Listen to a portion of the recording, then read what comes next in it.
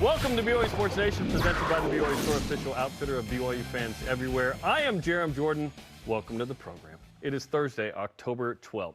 Well, after Zach Wilson and Jaron Hall running the show here in Provo at quarterback, the quarterback position has high expectations. Kedon Slovis has slid in very nicely into that role. I spoke with the Cougar signal caller after practice yesterday.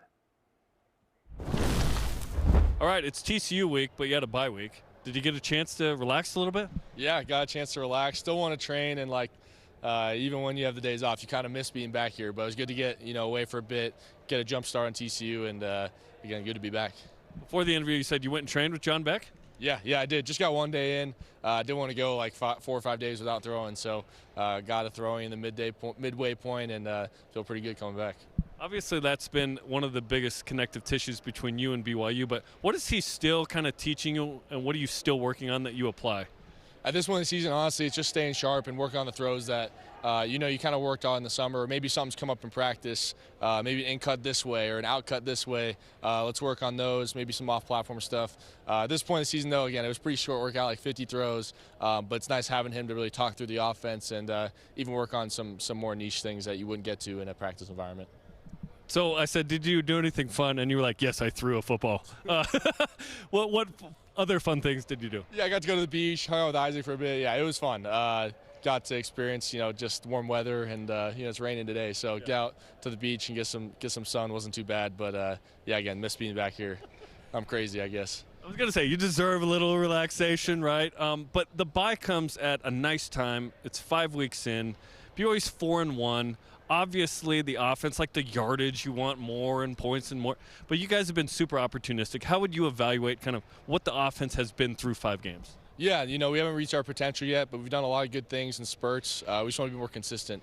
And I think, too, a lot of it's plays. Haven't gotten a ton of plays, and a lot of teams kind of bled us out. And I think Cincinnati, for example, had like twice the amount of plays as we did, but we need to be really efficient within those plays. And, again, yards can be a lot of things, and that's fun, and we want to get to that point. Hopefully we'll get to that point when we don't get, we sustain drives more. But, again, points is what's most important, and we've done a good job being opportunistic, like you said. Does that change the way things are called or how you approach things given, okay, we may have fewer plays, or, hey, defense is giving us shorter fields and average starting field position is pretty good with Rico and so on? Does that affect how you approach what you need to do in shorter amount of plays? I think when you're in certain parts of the field, definitely changes play calling. You can ask Rod that. I think he would answer that for sure, changes things. But you always want to play your best ball, regardless of where you're on the field. You're always trying to score. And again, I think, when we just need to be better at being good all the time, it's not necessarily like the play calls are different or anything. We just have to execute, on a more consistent basis. But yeah, like when the play is called, we got to execute it, and we can go score anywhere on the field. And we saw a 2-minute drive, right? Might not be the most ideal situation, but we can do it. How'd you do that at the end of the first half against Cincinnati? Because you had 38 yards up to that point, but that didn't matter. It was just like 20, 20, 20, pass interference, 20. Yeah, I think we just fell back to running the plays that we really feel comfortable with. And, again, you kind of got to start it with the big play to get it going. And, again, it only takes 2 or 3 plays, especially in college. Clock stops the first down. It's not easy, but you actually have a chance to score, whereas in the NFL, clock's running. It's really tough. So, I've had drives in the past where we scored in like 20 seconds, 15 seconds when you didn't think you could even get to field goal range. So, again, I think you just got to, stay steadfast. And I think, too, we knew, it wasn't the half we wanted, just kept going 3 and out or not sustaining drives. And we knew if we just kept, chugging away and, get something going in our direction, once we get the ball rolling, it'll keep going. I was going to say, is there any sense of like, okay, we haven't even hit 400 yards in a game yet we're 4-1, and there's been complimentary football. How do you kind of see how this has played out and what you still could do should the run game get going a little more? I think that shows how great we can be. We've had games, again, we haven't played our best ball, and we scored 35, 38 points, and there's still stuff out in the field. So it goes, hey, guys, we can score more than that if we're playing our best ball or even just good, great ball. So I think that shows where this offense can go. And, again, a lot of new pieces. It's still, relatively still in the front half of the season technically going into our 6th game this week. So, again, we have a lot of, good things to do. We just got to clean it up here and clean up in game day. What is the next step for the run game? Because I know there's been some really nice chunk plays, the 29 and 45-yard touchdowns by LJ and so on and so forth. Success rate matters. Setting you up for a third manageable matters. What are you seeing that's like, okay, we're right here with the run game maybe? We're close. It takes all 11, and in terms of O linemen and tight ends, it might take one guy of 6 not getting his job done. On perimeter, one guy not getting his block, and again, me maybe not throwing an RPO, me not holding the end responsible. So it's an 11-man deal. I think we've gotten better at times, and I think we got some stuff game plan wise too. I think to help our guys out. I'm happy with our plan this week, and again, a lot of new pieces too. I think as the season goes on, you'll see a lot of improvement of that unit. What's your favorite throw you've had this year? There's been a lot. I don't want to say one here or there, but it's just so fun playing this offense. I think there's so many opportunities to have a throw on the field. I go back in every game and say, oh, that was like a favorite throw this game. That was a favorite throw this game. We see so many opportunities down the field to take shots and make tough throws, and that's what I came here to do. I'll tell you mine. The 59-yarder to Chase.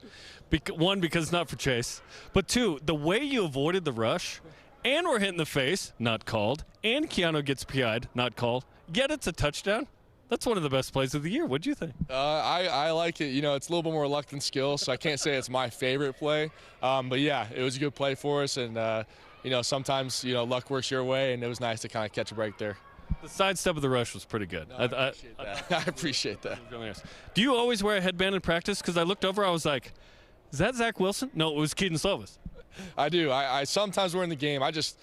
This is kind of gross, but I just sweat a lot. So in practice, I just wear it because I don't want to get sweat in my eyes. And game day, I like the feel of having the helmet as tight as possible. So I usually don't. But like Kansas, it was so humid, I ended up wearing it for the game. I really don't wear it for the games. But again, we practice every day. Just losing a lot of fluid. I gotta try to keep some stuff out of my eyes. It's very relatable. Zach Wilson said that in Hard Knocks because Aaron Rodgers was giving a hard time. He's like, no, literally, I sweat. I can't see if it comes into my eyes. So I get it.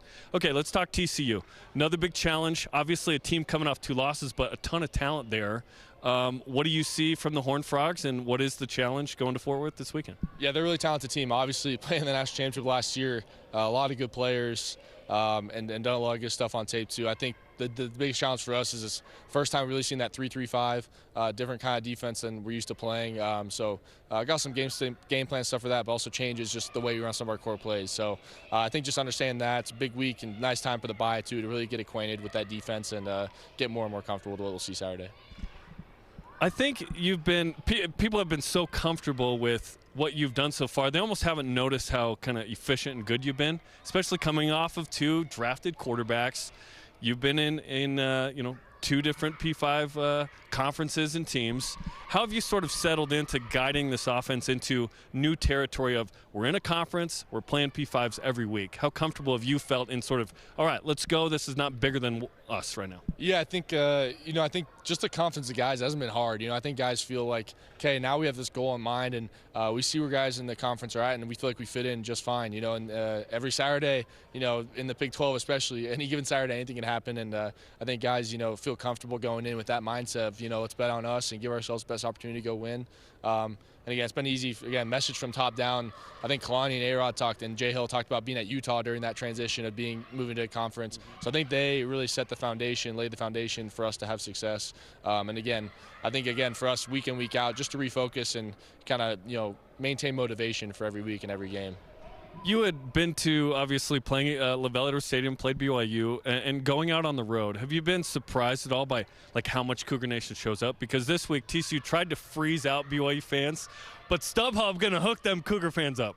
I think that's the thing that surprised me most. Hearing that they're not selling single-game tickets is kind of crazy. But actually, in 2021, when I was at USC, it was mostly BYU fans there, and I think that, to me, was eye-opening. I saw the atmosphere at home, but seeing it on the way, I was like, man, the Coliseum's mostly blue tonight. It's kind of wild.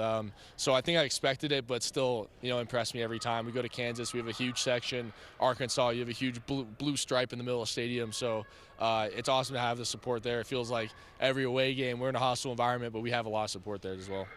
Well, Kedon, best of luck at TCU, and thanks for the time, man. Yes, sir. Thanks for having me.